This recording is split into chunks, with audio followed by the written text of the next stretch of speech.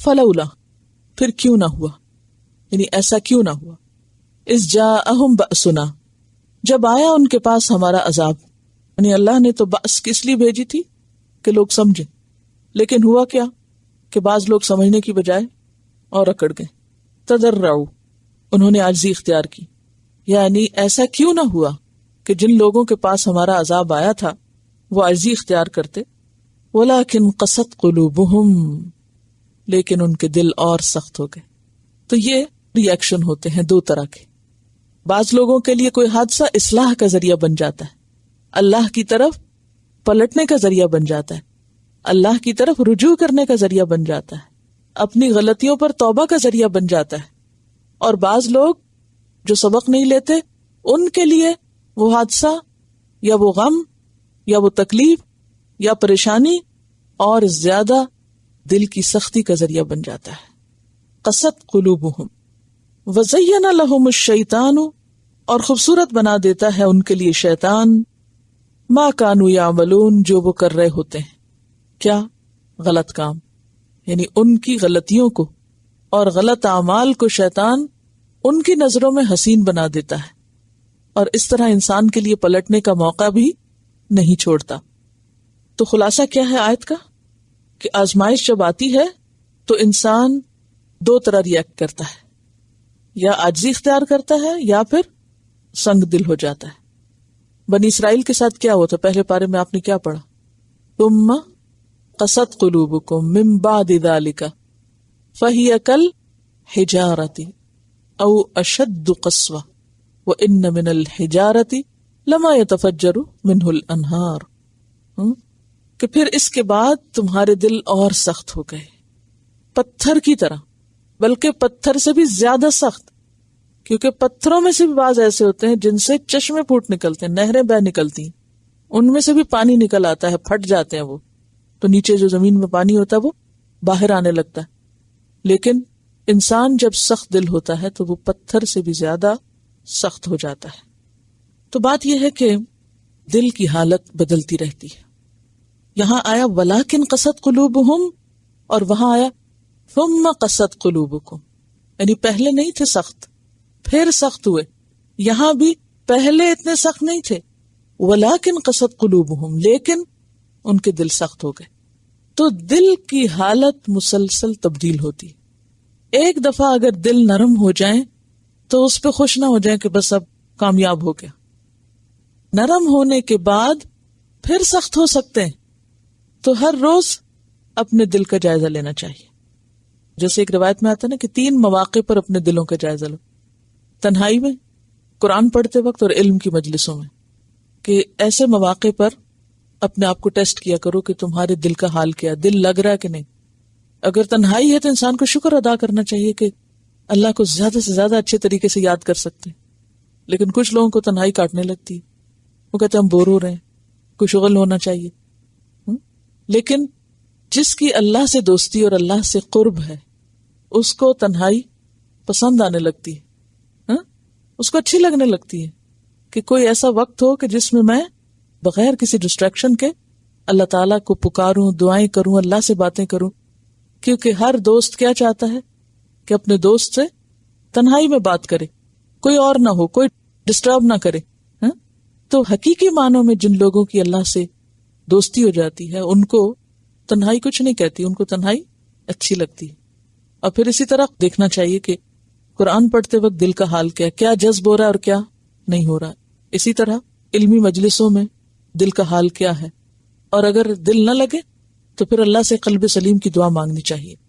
بہرحال تو بات یہ ہے کہ انسان کو دل کا جائزہ لیتے رہنا چاہیے، اور دل سخت ہو جاتے ہیں، اور سختی کی وجہ یہاں بیان کی گئی کہ انسان جب تکلیف کے موقع پر اللہ کو نہیں پکارتا، رجوع نہیں کرتا، اس سے مدد نہیں مانگتا، اور وسیلے ڈھونڈتا ہے۔ وسیلہ اختیار کرنا تو درست ہے، لیکن اللہ کو بھول کے وسیلے اختیار کرنا وہ درست نہیں۔ ادھر ادھر مدد تلاش کرتا ہے اور جو اصل مددگار ہے اس کو بھول جاتا ہے، تو پھر کیا ہوتا ہے؟ اللہ تعالیٰ سے دوری ہونے لگتی ہے، اور وہ دوری دل کی سختی کا ذریعہ بن جاتی ہے۔ اور جب دل سخت ہو جائے تو اس کی علامت کیا ہوتی ہے کہ انسان کو برائی پہ کوئی تکلیف نہیں ہوتی، بلکہ برائی اچھی لگنے لگتی. وہ غلط کام کرتا ہے اور پھر غلط کام کو جسٹیفائی کرتا ہے، کہتا ہے میں ٹھیک کر رہا ہوں. یہ آخری درجے کا الارم ہے، سخت الارمنگ بات ہے. یعنی ایک تو دلوں کی سختی کی علامت یا پہچان کیا ہے کہ قرآن پڑھنے میں دل نہیں لگ رہا، قرآن کی مجلس اچھی نہیں لگ رہی، تنہائی اچھی نہیں لگ رہی، بس بے قراری ہے، نہ ادھر نہ ادھر، ہر وقت بس ایک عجیب سی کیفیت ہے. یہ بھی دل کی سختی کی علامت ہے. لیکن خاص طور پر دل کی سختی کی علامت کیا ہے کہ انسان اس درجے کو پہنچ جائے کہ اسے برائی اچھی لگنے لگے نیکی کی بجائے. زین لہم الشیطان اعمالہم، شیطان برے کام کو اتنا خوبصورت بنا دیتا ہے کہ وہ اپنی برائی کو برائی سمجھتے نہیں، وہ کہتے ہیں ہم بالکل ٹھیک کر رہے ہیں. یعنی نیکی کی بجائے کس میں دل لگنے لگتا ہے؟ برائی میں. ایمان کی پہچان کیا کہ جب تم نیکی کرو تو تمہارا دل خوش ہو. تو ایسا شخص نیکی کرنے کی بجائے جب برائی کرے تو اس وقت خوش ہو، جو بہت اچھا کیا. مثلا کسی کو نقصان دے کے، کسی کو ستا کے، کسی کو نیچا دکھا کے، کسی کو ذلیل کر کے، تو کیا سمجھے؟ خوش ہو، بہت اچھا کیا میں نے. تو یہ اس کے لیے ایک آفت ہے، کتنا بڑا دھوکہ ہے. ما کانوا یعملون، جو وہ کر رہے ہوتے ہیں گناہ وغیرہ یا غلط طریقے جو اختیار کرتے ہیں وہ مشکلات کو دور کرنے کے لیے، وہ سب ان کے لیے بہت اٹریکٹیو ہو جاتے ہیں، وہ ان کو بہت اپنے لیے فائدہ مند سمجھتے ہیں. اب کوئی بھی ایسا شخص جس کو یہ پتا چل جائے کہ اس کی ECG ٹھیک نہیں آئی، یعنی اس کی ردم جو ہے وہ ٹھیک نہیں، تو کیا اس کو کوئی فکر ہونی چاہیے کہ وہ کوئی اصلاحی میئرمنٹ لے، کوئی علاج کی سوچے، یا چھوڑ دینا چاہیے؟ صرف پرہیز نہیں، علاج بھی شروع کرنا چاہیے.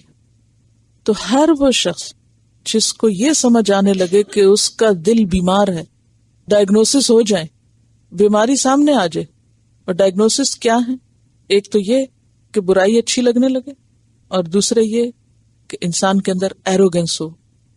ایروگنس جو ہے یہ ہارٹ ڈیزیز ہے جو عمل میں ظاہر ہوتی ہے، اور ایروگنس انسان کی باتوں میں، انسان کے سٹائل میں، انسان کی چال میں، ہر چیز میں نظر آتی. مثلا سلام میں پہل نہ کرنا کیا ہے؟ ایروگنس. اسی طرح مسکرانا نہ، یہ بھی کائنڈ آف ایروگنس ہے. کبھی کبھار تو ایسا ہو کہ انسان کسی فکر پریشانی میں ہو تو اور بات ہے، لیکن اگر ایک عادت ہی بنا لے تو یہ ایروگنٹ ہونے کی علامت ہے کہ جہاں مسکرانے کی ضرورت ہے وہاں نہ مسکرائے، جہاں ہنسنے کی ضرورت ہے وہاں نہ ہنسے، یا یہ کہ جہاں رونے کی ضرورت ہے وہاں روئے نہ. یہ بھی ایروگنس ہے. یعنی دل کی نرمی جو ہوتی ہے اس سے کیا ہوتا ہے؟ آنکھیں بہتی ہیں. انسان کا دل جذبات اور احساسات کا مجموعہ ہے. تو بے حس انسان کیا ہوتا ہے؟ جس کو کوئی ایموشنز نہ ہو، کوئی جذبات نہ ہو، نہ اچھے نہ برے، جس کے دل میں کسی کے لیے کوئی ترس نہ ہو، کوئی رحم نہ ہو، کوئی حس نہ ہو، نہ کسی کی تکلیف پر اسے کوئی دکھ ہو، نہ کسی کے غم پہ وہ غمگین ہو، نہ کسی کی خوشی پہ خوش ہو. یہ ساری کیا علامتیں ہیں؟ سنگ دلی کی، قساوت قلبی کی. تو جس کو یہ ڈائگنوسس ہو جائے اسے یاد رکھنا چاہیے اس کا دل بیمار ہے، اور اس کو فوراً اصلاح کی فکر کرنی چاہیے. یہ الگ بات ہے کہ ہر دل کا بیمار شخص جو ہے اس کی بیماری کے مختلف درجے ہو سکتے ہیں. کسی کا ڈیمیج تھوڑا ہوتا ہے اور کسی کا آخری درجے. اور یہ تو آپ کو پتا ہے کہ اگر ہارٹ اٹیک ہونے کے فوراً بعد طبی امداد مل جائے تو کیا ہوتا ہے؟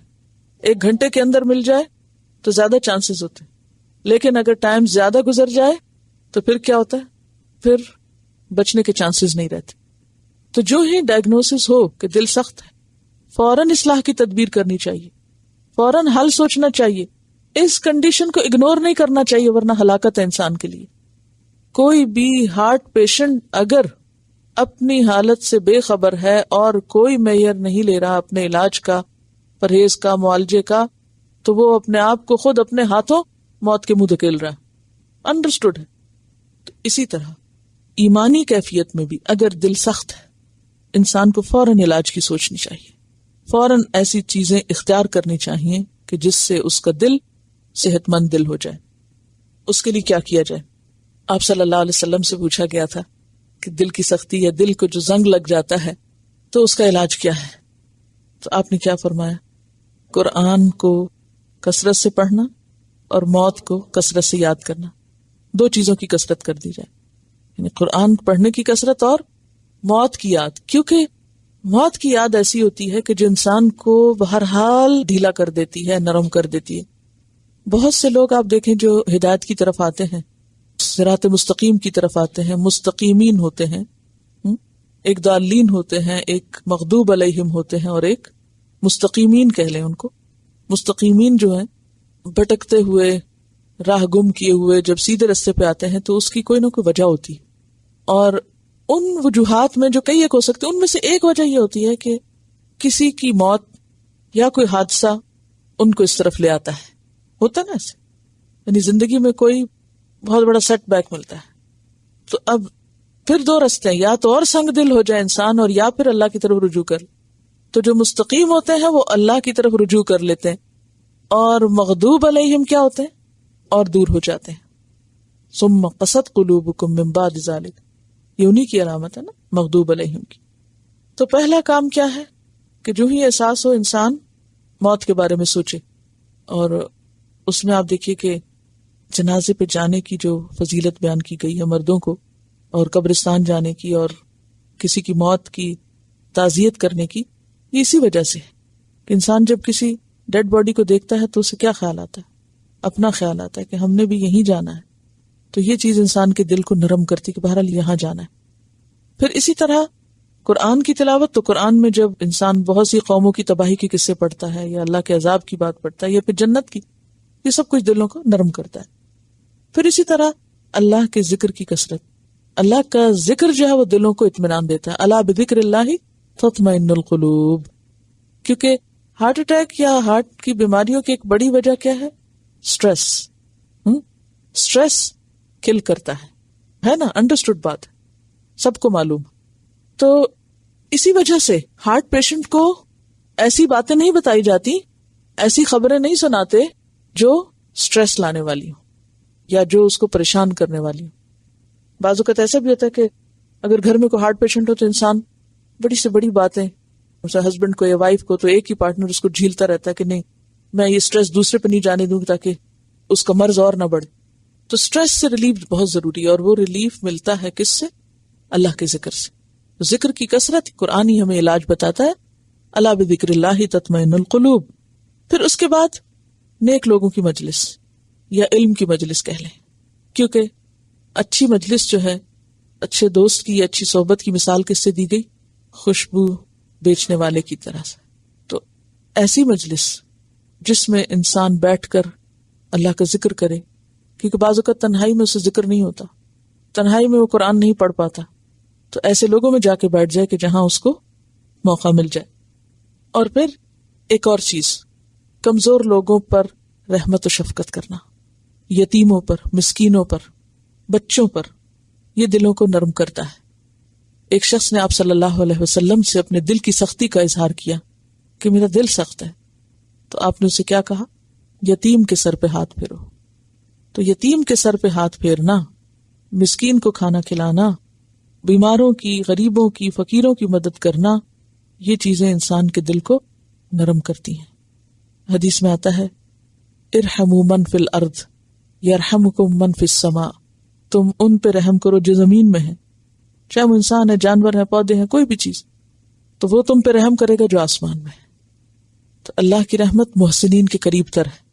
کوئی بھی چیریٹی کا کام، کوئی بھی خیر اور بھلائی کا کام جس سے انسانیت کو فائدہ پہنچے، ایسی چیزیں بھی دلوں کو نرم کرتی ہیں. یعنی اپنے سے چھوٹوں کے ساتھ شفقت، چاہے وہ مال میں کم ہو، چاہے علم میں کم ہو، چاہے رتبے میں کم ہو، چاہے کسی بھی طرح، ان کا خیال کرنا، ان کی کیئر کرنا، تو یہ چیزیں انسان کے دل کو نرم کرتی ہیں. تو یہاں حیرت کا اظہار کیا جا رہا ہے کہ ایسا کیوں ہوا کہ جب لوگوں کے پاس عذاب آیا تو وہ اس سے سبق سیکھنے کی بجائے اور سنگ دل ہو گئے، اور شیطان نے ان کے برے اعمال ان کے لیے بہت خوشنما بنا دیے.